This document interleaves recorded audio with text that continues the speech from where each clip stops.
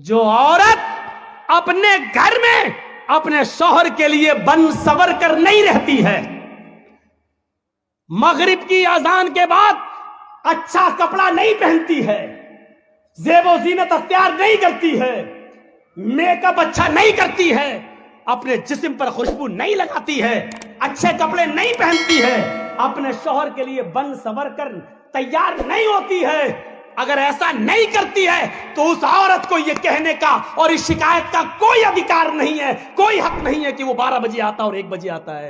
کیا کرے گا کہ تمہارے پسینے کی بدبو سونگے گا؟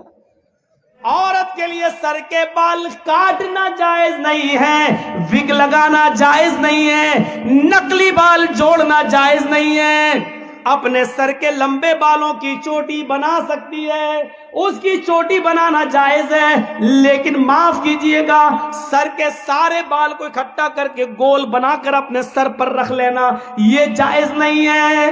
گھر کے اندر کر سکتی ہے، گھر کے باہر جوڑا بنا کر بال لپیٹ کر اور ادھر اکٹھا کر لینا، کلپ لگا لیتی ہیں اور اتنا اونچا کر لیتی ہیں، لگ رہا جیسے قطب مینار اپنے سر پہ کھڑی کر دی اس نے، یا ایسا لگتا ہے جیسے ٹلو پمپ رکھ دیا ہو موٹر۔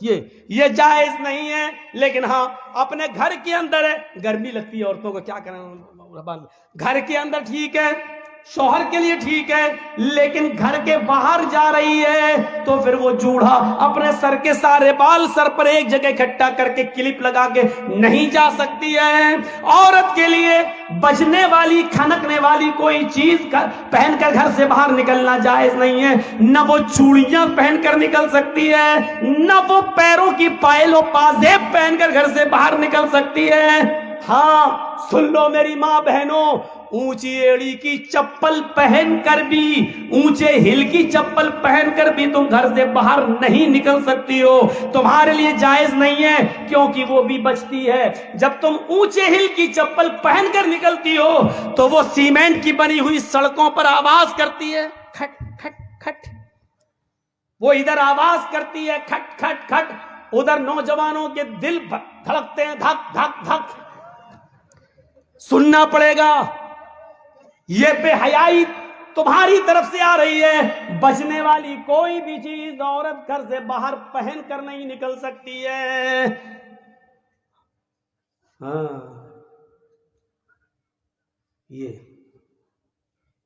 وَأَحْسَنَتْ فَرْجَهَا، اپنی شرمگاہ کی حفاظت کرو، یعنی موٹا لباس پہنو، اچھا لباس پہنو، جسم کا کوئی حصہ نمایاں نہیں ہونا چاہیے، اور شرمگاہ کی حفاظت شوہر کے علاوہ کہیں اور نہیں۔ اور چوتھی چیز وَأَطَاعَتْ بَعْلَهَا، اور اپنے شوہر کی اطاعت کرو، اپنے شوہر کی فرما برداری کرو، اپنے شوہر کی اطاعت کرو، اس میں کمی نہیں ہونی چاہیے شوہر کی اطاعت میں۔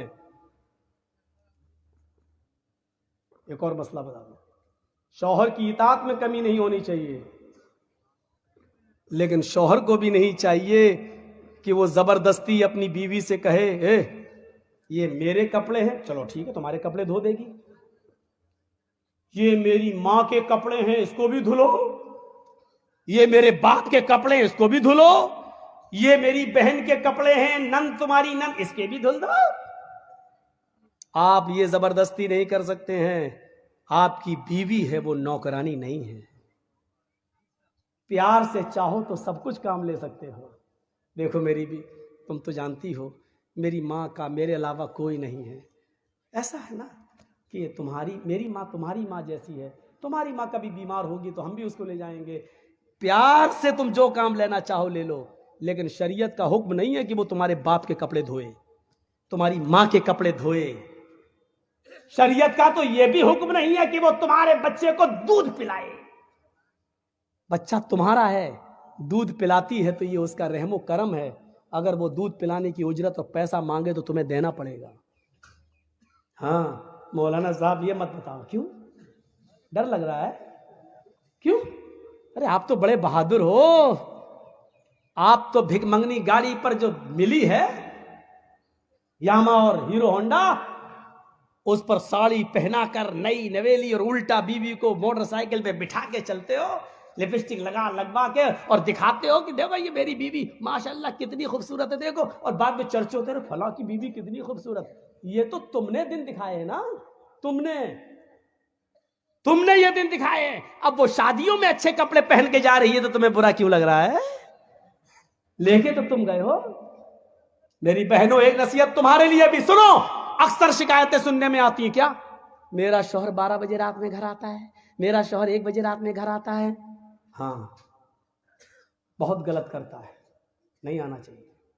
لیکن ایک بات سن لیں, جنت میں جانے والا ایک راستہ مسجد بھی بناؤ, اور مسجد جو اللہ کے لیے بنائے گا تو اللہ اس کے لیے جنت میں گھر بنائے گا. حدیث یہ ہے, من بنا للہ مسجدا بنا اللہ لہ بیتا فی الجنہ.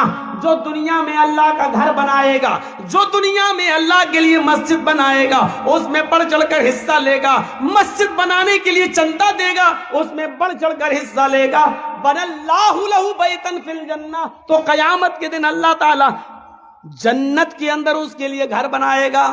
جو دنیا میں اللہ کا گھر بنائے گا مسجد, تو اللہ جنت میں اس کا گھر بنائے گا. یہ لیجئے, مسجد بنانے میں چندہ دینا, مسجد بنانے میں تعاون کرنا بھی جنت میں جانے والا راستہ ہے.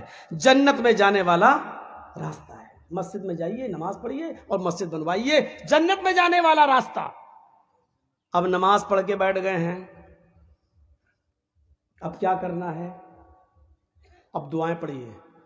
اللہ اکبر, استغفر اللہ, استغفر اللہ, استغفر اللہ, اللہم انت السلام و منک السلام. بہت سی دعائیں بتائی ہیں اللہ کے نبی نے, پڑھیے. لیکن جنت میں لے جانے والا راستہ کیا ہے نماز کے بعد؟ نماز تو ہے ہی, وہ تو آپ پڑھ چکے. نماز کے بعد ایک آیت ایسی ہے, اگر آپ نے فرض نماز کے بعد اس کو پابندی کے ساتھ پڑھتے رہے تو وہ آیت کا پڑھنا آپ کو جنت میں لے جائے گا. آیت سب سے لمبی ہے. آیت حدیث کیا ہے؟